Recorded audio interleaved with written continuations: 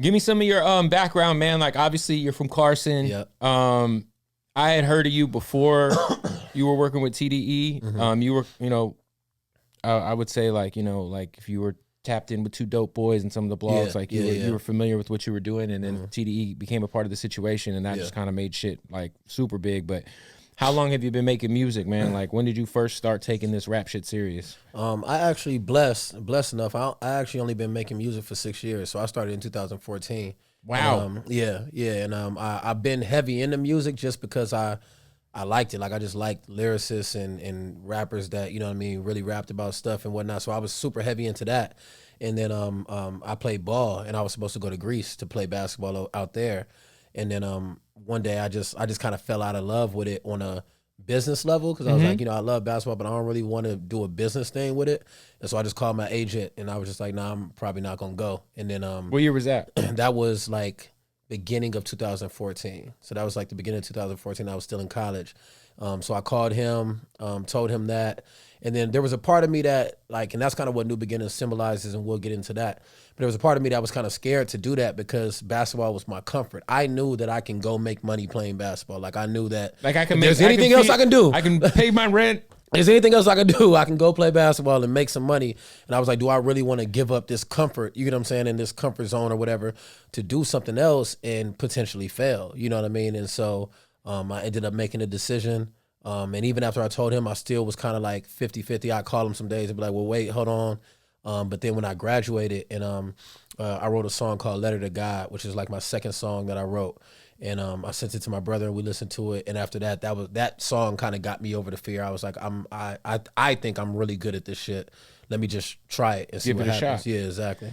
So where did you go to? Where did you play basketball at? It was at a D2 called Northwestern State in Iowa. There's like a swarm of Northwesterns in the Midwest. It's like Northwestern Oklahoma, Northwestern Iowa. I feel like there's a million Northwesterns. There's a bunch of Northwesterns. Yeah, it's like this little like weird, middle of nowhere. It was awful. So were you a point guard? Because you're not the tallest I'm not tall enough to be anything else. 100%. Yeah, I mean it's crazy because I like that basketball hustle. Like you said, like going to Greece. Like I got some homies who live in Europe and who hoop, and like you said, like it's like, if you love basketball and you're like you're good, like there's always like a place to make money. Pay your rent. There's always a way to make money. But and if you could pay your rent playing basketball, bro, it's like, and that was my thing. I'm like I'm seeing all my homies like, work jobs and stuff, and they hate their job, and I'm like even though I might not like where I'm at over there, at least I like my job. Like, you know what I'm saying? And I can pay my rent doing it or whatever the case may be. But I had just had 2 nieces, and I was in Iowa for 2 years, and I wanted to come back home. I went through like a little racial situation out there with my coach. And it was just like, I was just like, I don't know if I'm ready to leave again. You know what I mean? And so that was kind of like part of the influence behind it was, I don't know if I'm ready to leave. And then on top of that, I was using music as like therapy. Like, I was writing out there just to kind of pass the time, because I was out there. It was only me and like 6 other black people at the school. So I didn't really have nobody. Yeah, I didn't really have nobody to talk to, relate to. So I was just kind of writing as kind of like a therapeutical thing, and I started liking it.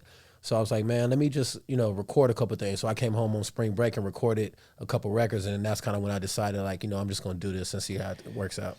When you say you had a racial situation with your coach, what happened? Basically, I had a coach that, he was racist to keep it funky. To keep it funky. We used to have, it was me and 3 other black players. We used to have black only meetings before the games. That you guys conducted, or that they that put he together? Would be like, I just want to meet with the 3 black guys and talk to them about how they need to play to fit into like this role, like, and then he would like say the N-word to us, like, in metaphorically, like, so not at us, but he's still saying it. Right. One time he used this example where he was like, white people are the brain, black people are the soul, Mexicans are the heart, because they work hard and make everything go. He was like, when you put all 3 of them together, it's a beautiful thing. But if you had to pick one, wouldn't you rather be the brain like that? Like, well, to be honest, if he wanted to use that reference, I would argue that Asian people are the brain. If I'm just being But honest. everything, yeah. And I would also argue that, shout out to the Asians. the heart's kind of just as important as, And the if brain. I'm being honest, white people might be like the kneecaps or something. I don't know. I feel like we're not bringing a lot to the table in 2020. Not in 2020 right now. Shit's fucked up, man. 1,000%. So yeah, like I went through that situation. And it's funny, even with that situation, like the NAACP was getting involved and stuff, and it was about to be big, and I was younger. Right. And so if I had my brain that I had now, I would have carried it all the way through and went, because I feel like I could have changed some things over That's there. an intimidating fight for a kid in college. Like when I was in, I was just like, bro, I just want to go home, bro. Like if y'all can make it to where I can go home after the season and just like do my schoolwork from home and come back to graduate and leave again, then like we got a deal. And my mom didn't want me to do that. She wanted me to stay and fight. But I just ended up saying like, like I just want to come home. So that's what they let me do. After the season was over, I went home. I worked from home, did all my schoolwork from home, sent it in. They kind of just passed me because they were just like, we don't want no smoke. Yeah, we don't want no smoke. Like, so I was kind of just turning in whatever. Is this guy still coaching? He is, unfortunately. There? He is, unfortunately. Yeah. What the fuck? Yeah, and if you've been to that town, it's like, it's one of those places that it's like, bro, nothing will never change there because there's nothing there. Like, there's nothing there to make it, you get what I'm saying, like change. And that's the reason why, that is one regret that I do have. I hate having regrets in life, but if I could go back, I would fight that. You know what I mean? Right. Because he doesn't need to be coaching, like to be completely honest. Hey, put his name out there so people can, I honestly legally can't. Oh, you I legally can't. Yeah. Well, the coach of Northwestern Iowa, you cocksucker. Yeah. It's not hard to find though. Like people can look and just find. Google it. Yeah, people can look and find what college I went to for sure. But yeah. Damn. No, it's unfortunate. Yeah, it's crazy. And just really quick, the crazy thing about it is that so he has a nephew that's in the NBA right now that is complete opposite. Like he does like podcasts and stuff about racial discrimination against black players. And a white guy. JJ Redick? I told you I can't say who it is, but like it's crazy the opposites though. Like he is like his nephew is like hard working, fighting against like racial discrimination. We'll talk about it off. I listened to JJ Redick's podcast. He actually does have a great podcast. I just got hip to it like recently. Yeah, that's dope, man. Yeah, I'm a huge basketball guy, so I actually don't listen to as much. Man, it sucks because I listen to like certain shit. Like I'll like gravitate to an album. Yeah. And then I'm just stuck with it. Mm-hmm. Like I'm still listening to fucking like Freddie Gibbs and Alchemist Alfredo, which was incredible though, for sure. Yeah. But and then like outside of that, I'm just listening to sports talk radio like a degenerate sports gambler.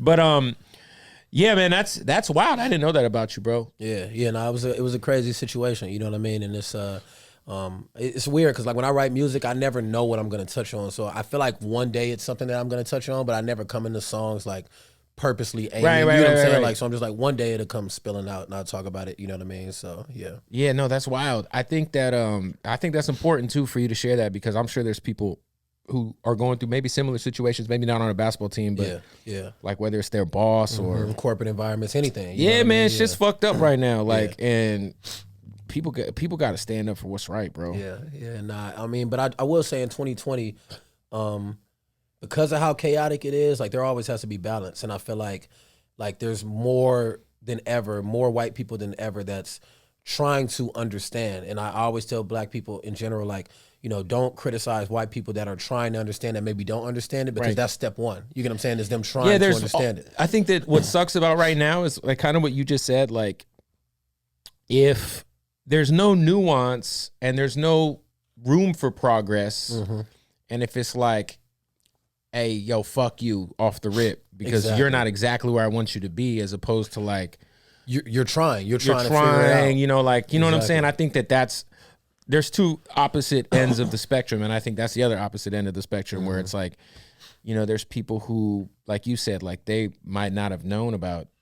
I mean, and what's crazy is it's crazy, but it's like you have to understand that people's reality are their reality. Like some people genuinely are unaware. Like they knew stuff was going on, but they didn't know. They didn't know that it was like. And I tell people all the time, like you got to be understanding, bro, to people's environments. Like you know what I mean. Like there's people out there that they have nothing against black people, but they literally might not have a black person in their life. Period. There might be people who just don't grow up like in that environment. Exactly. Like there's 100%. People who grow up in fucking Salt Lake City and all they know is like white Mormon kids. That's and a fact. Like, you know what I mean? You like, know what I'm saying? That doesn't, and if they're trying to be empathetic, I just think that we're losing like a lot of nuance in the world where it's like you're either this or you're this. Yeah. But what if you're like here or here? Like, you know what I'm saying? And you're trying to get here. You get what I'm saying? Yeah, Like, I think even politically, it's just fucked up because I feel like you can't, like, I can criticize Joe Biden and still say I'm voting for Joe Biden. That's a fact. You know what I'm saying? Like, I don't fuck with Joe Biden, really. Yeah.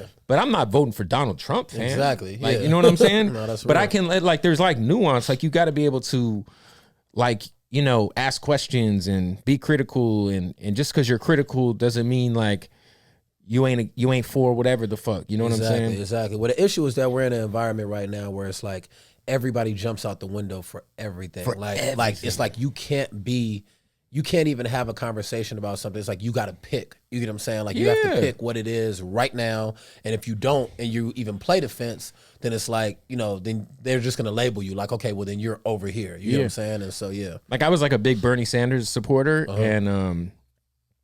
and I had people like dig up tweets I said about Joe Biden, like, yo, man, you don't even fuck with this. I'm like, yeah, like, obviously I'm not like crazy about Joe Biden. Like, he's probably the least candidate on that side that I would fuck with. But you know what? The other side is terrible. Is fucking Hitler.